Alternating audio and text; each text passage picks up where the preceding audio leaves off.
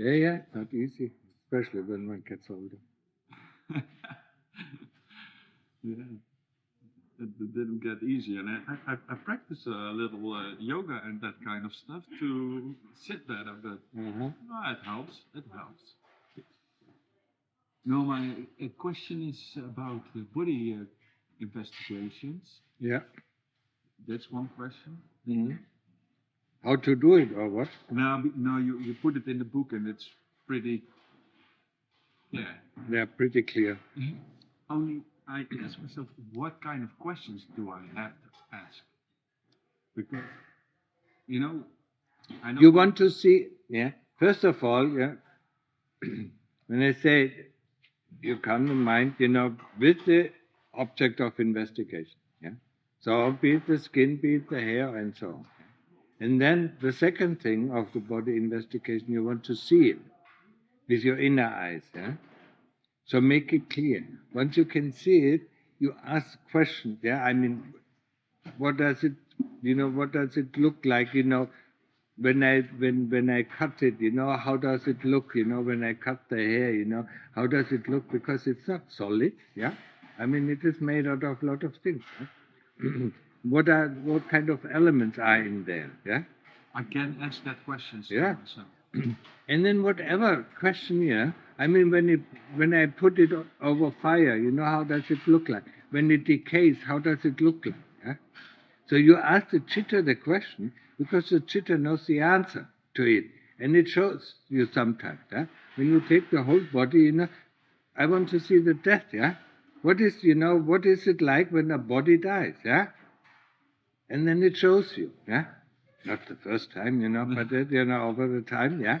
And then you see, what goes out. The first thing is the air, then the fire, and then the water, and then the earth element, yeah. And whatever component, of the body has the most earth element, will decay the last, yeah. So, for instance, the bones, they can last quite a long time, yeah? Because they have no water, they have no fire, and they have no air in it, yeah.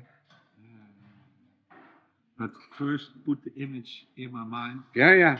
You have to have the image in your mind, yeah. I have to make it first stronger before I can ask questions. Yeah. I mean, if the image, for some people, the image is very clear, like a Polaroid, yeah. For others, it is clear enough to understand what is going on, and that's enough. So if you see it, it might not be completely clear, but you see what is going on. That is the thing that is important. Okay. And yeah, I have it sometimes when I observe my nail, something like that. And I'm a little bit worried then sometimes. Also, if I burn my girlfriend, for example, Yeah. or my ex-girlfriend, is it bad intention? No. And if I do my nail, it can not hurt, but it probably all the blood will go to it or something like that. So it hurts a little bit. But it will hurt. But only the heart will hurt, yeah? It doesn't hurt the body. So when you burn your girlfriend, or when you undress your girlfriend, I mean, that means putting the skin away, it doesn't hurt your girlfriend. Huh? Because you just want to see a reality. Yeah. It's the same with the nail. Yeah. Also, the question is, I mean, there's a nail that is pretty tough, yeah, but the skin is not so tough. But the nail comes out of the skin. How does it work? Or the hair, where is it? Huh? Why is the hair not coming out, from all over our body? Yeah. Why is it coming out only? And it comes out of the skin. I want to see, where it's coming from. Yeah? All these questions, huh? And it can be quite interesting, You can do that for years and still discover a lot of things. Yeah? One more other question. It's about judging. Yeah. Why and what's I judge a lot. I see. I feel. I mean, Europeans are very judgmental. I mean, it's not only you, as somebody from Holland, I mean, the Germans, is the same thing, yeah? Hmm? It's mostly, these German-speaking, yeah, languages or, or countries, yeah? Including including the Netherlands, including Belgium, yeah? The French are not so, yeah? Yeah? And the Italians are not so judgmental. They do have it, but these what do you call it? These Anglo-Saxon, yeah, Saxon, Anglo, yeah, and I mean British as well. Yeah, no. When you see it, I mean accept it, and said there's no use to it. If I say this is bad, I mean there's no use to it. Yeah. If I say this is good, there's no use to it. Yeah? If I see something is good, yeah, then I want to do it, yeah, because it's beneficial. When I see something is bad, I don't want to do it because it is not beneficial to me. Yeah? But actually, it has nothing to do with the other person. Yeah? It has only to do with us. Yeah? Whatever we see bad in the others is bad in us. Yeah? Whatever we see good, we might have it or we might not have it. That's why we want to develop it. Yeah? If you see a generous person, or a very respectful person like your father, we want to be like that. Mm. But sometimes, sometimes you can see it's, oh, this is memory, or this is Yeah. I can see judging is dukkha, but where does it? I cannot really sort of understand where I have to put it in this. Don't put it somewhere. Look at the roots. Yeah. It comes always. Judgment always comes from our views and opinions. Yeah. And if you want to see things clearly, then you don't want to judge. Because the moment you judge it, I mean, you put a color over it. So you can't see it clearly. Yeah? I mean, judgment is like, I mean, you have a person and you have a slide projector, yeah, and you put a slide over this person, yeah. I mean, you see something, yeah, but you don't see it very clearly, yeah. And for yourself, you were young, when when you fell in love with a girl, I mean, everything was rose red, yeah, yeah. Still is. Sometimes, in my mind, yeah. So, I mean, the people around you, were very lovable, very amiable, yeah? But then, after a while, I mean, the dark side came back again, and then you colored it all dark, yeah? Or when you are in a bad mood, everything is dark, yeah? So why is it, Because the same situation happens. One time we see it positive, and one time we see it negative. And that's why we try to reduce our judgment as much as possible. And if we can reduce the views and opinions we have about the world and about ourselves, yeah, the less we have, I mean, the clearer we see. The judgment is not the problem itself, yeah. It is what causes this judgment. That's it.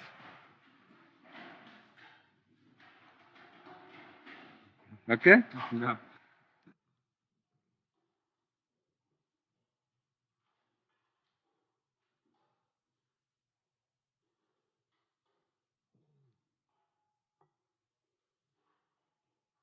Now, Steve.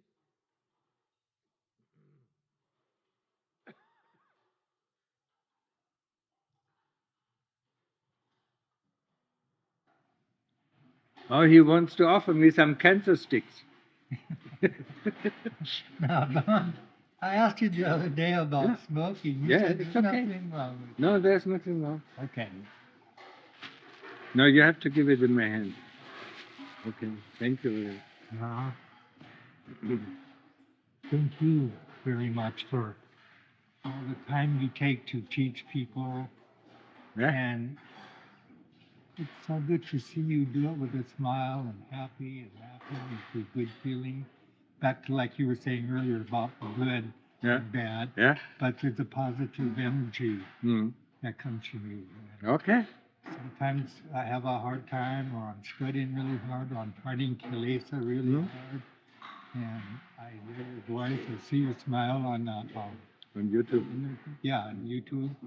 I'm like, okay, everything's okay again. So thank you for being you. And it took you. I know it's very hard for you to get to where you're at now. You went through a lot. I can only imagine. But we've all been through our hard times. But so I can appreciate a little bit about you trying to help people. Of course, that's why I'm here. And when I was a young man, well, I used to live on the Indian reservation, and my uncle was a medicine man, and I would travel with him. Yeah. So we would go up and for 4 days, no food, no water, and and stuff. So I know what it's like to suffer and go without That is just a bodily dukkha, But I mean, this is very easy to bear, I mean, much easier to bear than the dukkha of the heart, Exactly. I mean, when you are alone, when you're afraid, when you don't know what is happening around you, I mean, that has nothing to do with the body. It has only to do with the heart, Exactly. And that is much more difficult to. And that's what I fight all the time. Yeah, and also, you see yourself, constantly judging what I just said, constantly judging other people, and you see it's so useless, and it really colors your mind, it makes you angry or not angry, it makes you, and to go against that grain, that we have developed, our characteristic tendencies that we have developed over so many thousands and billions of lives, It's so difficult, once you get through it, there's a real force, trying to prevent you to see clearly, Because one time we see clearly, we can remove it, The moment, I mean, if you see an avalanche, all what you see is snow. You don't see what caused the avalanche, But once you see clearly the stone in this avalanche, and you remove it, it's gone. There's no more avalanche. There's no more emotions. Yeah, and you don't have to, once you see it, you don't have to remove it. No, because the heart, because the heart removes it. The heart, the chitta is the one thing that lets go, but the chitta has to see it clearly. It is. That's why I use the simile of a child, I mean, having one child or an adult having a hand on fire, on the stove, burning itself, but always looking at the other side, The moment, I mean, you teach the child, to look where the hand is, and then it sees the hand. I mean, you don't have to tell it to. Right. And that's the same with the heart, The moment the heart sees that it does harm, it instantly lets go, Even though, we understand it is harmful, we don't want to let it go, Because the heart has not seen the harm of it. I heard you earlier, you talk about the Jalit. What? The Jalit. Jalit. I thought you talked to the Thai? In Thai. Somebody different Jalit. Jalit.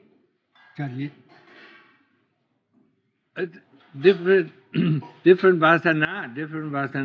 Chalit ไม่ใช่ chalit นะกว่าจะเข้าใจผิดจำไม่ได้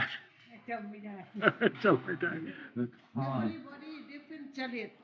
Ajahn said everybody not Jalit. Some Jalit have to be spanked. Some Jalit have to be. Oh.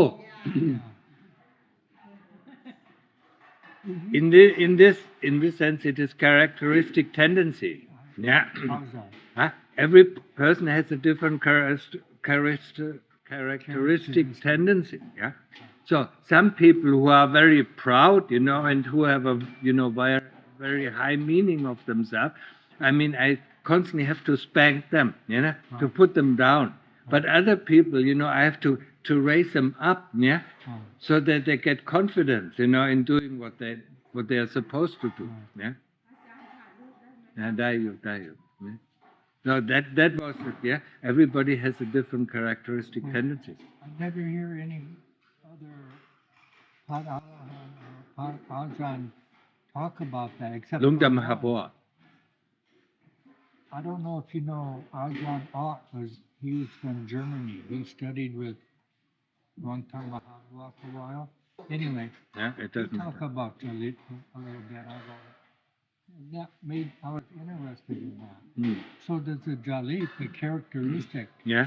is that come from many lifetimes Yes. together? Not just this lifetime, but other lifetimes too. You are born because of your characteristic tendency to your parents.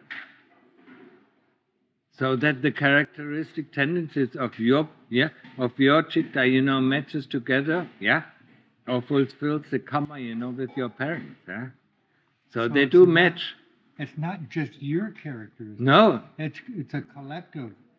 it's not collective, But you choose, you choose, you choose the family, the country, and the situation where you are born in. Not intentionally, but the karma chooses this for you. Right.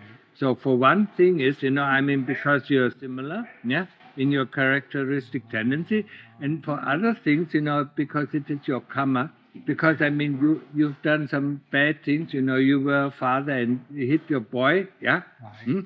And now you are born as a boy, and the father will hit you, to receive your karma that you have done.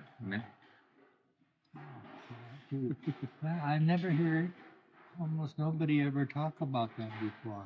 Oh. And I'm more, No, Lungta was very, very special about this. He was, he's the master, he's the master, the master of all masters, after Luang Pu Man, of course. No, he's talking about it. And when I stayed with him, I stayed with him for 15 years, he treated every monk differently. Depending on his talent, depending on his characteristic tendencies.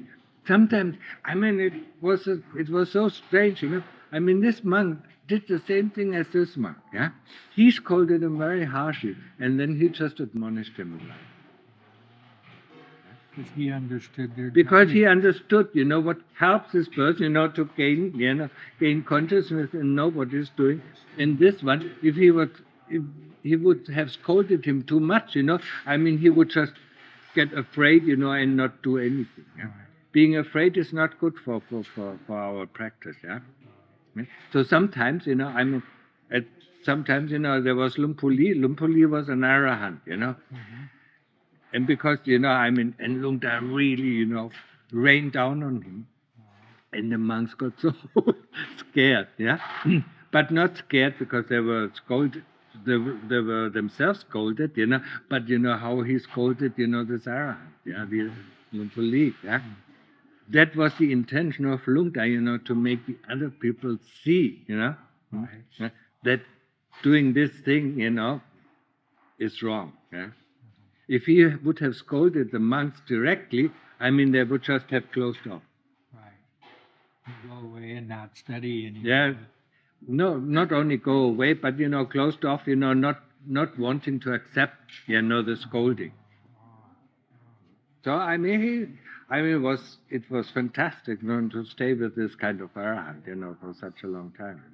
To see his different ways, of handling situations. Right. You're a very lucky man to be able to do that. Well, there's some good karma as well. Well, that's what I was going to say too. Well, good. Well, I'll come back again if it's okay. I'll just come. Of course, you can come anytime. I said it often. Anytime. Okay, I'll do that. Thank you very much. You're welcome. Sadhu.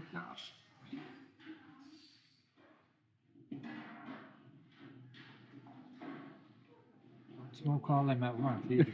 No. ลาพระอาจารย์